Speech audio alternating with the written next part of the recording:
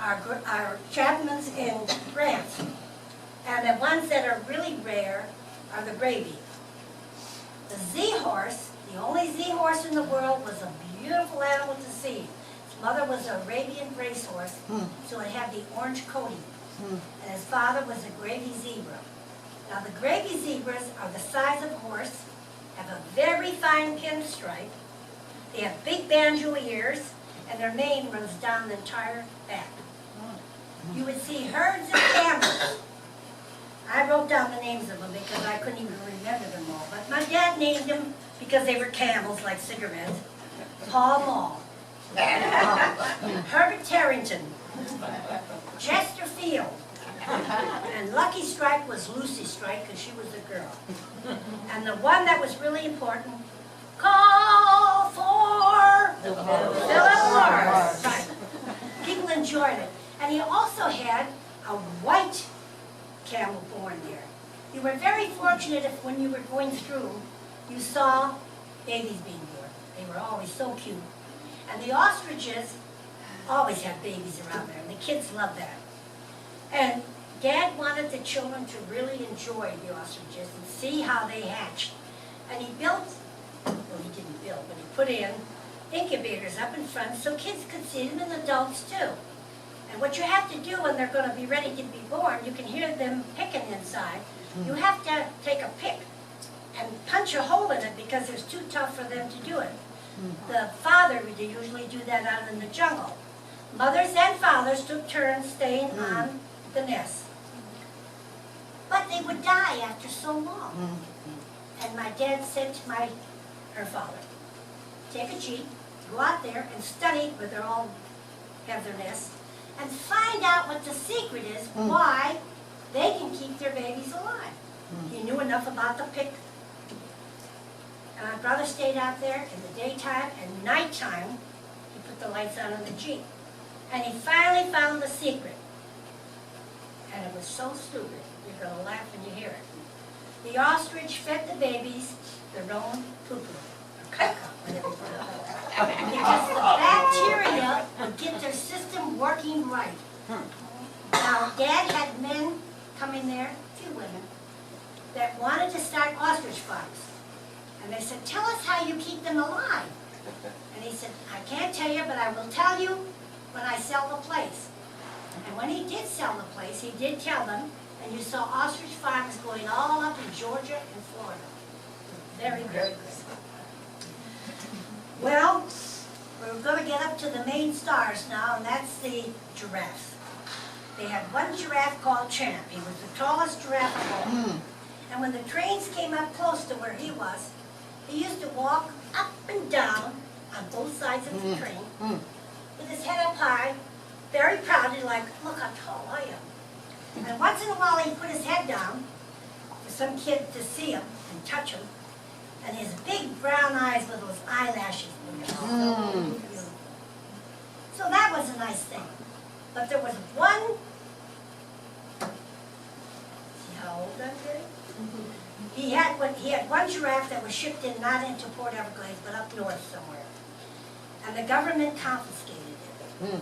And they said, you can't bring any animals in. You have to buy them from zoos in the country. No matter how small they are, you got to buy from the zoo. And my dad said, why do I have to buy them from the zoo? They didn't in the beginning. He said, I do everything they do. I follow all the rules. I give them the shots. I've got vets. I'm an American just as much as he is. Why can't I do it? So he sent Ginger's father up to Washington, D.C. to fight it. And he spoke before the senators and told them the same thing. I'm an American just as much as them. Why can't I do it? I follow all the rules. Well, it was a young senator that said, you're absolutely right.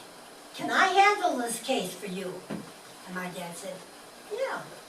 And that young senator was Lyndon B. Johnson. It took him 2 years, but he won. And Dad paid $18,000 and had to ship the giraffe down. He named them Moneybags.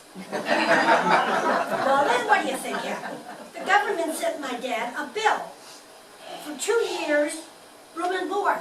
Giraffe. And my dad said, what the heck is going on here?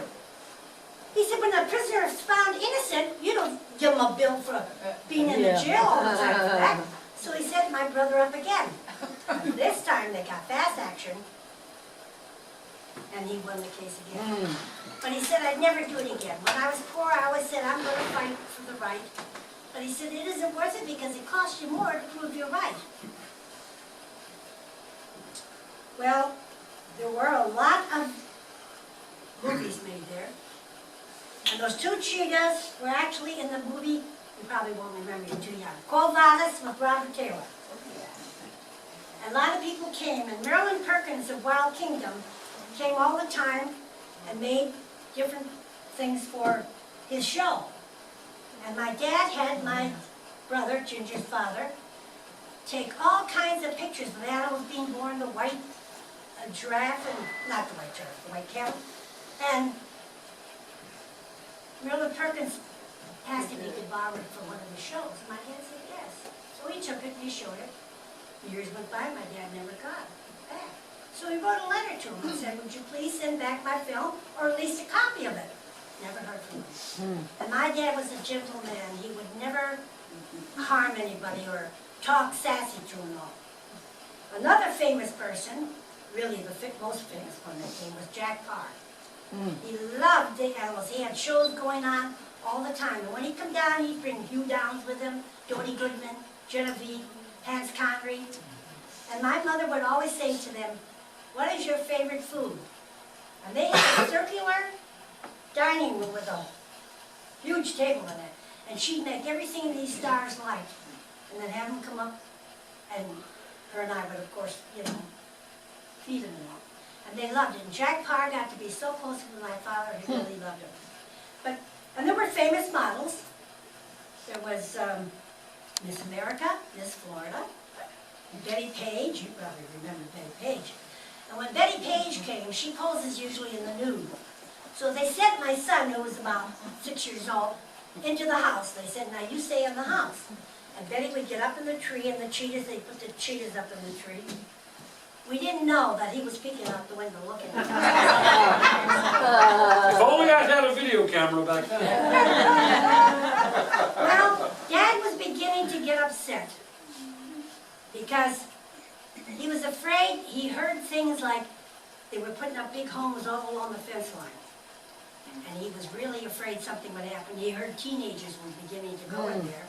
And they shouldn't be, because the ostrich were the most dangerous ones of all. They kept that one toenail, razor shot, and in Africa, they go right down a lion's stomach. That's how sharp it is. So my dad was afraid of that, and he said, I'm going to sell the place.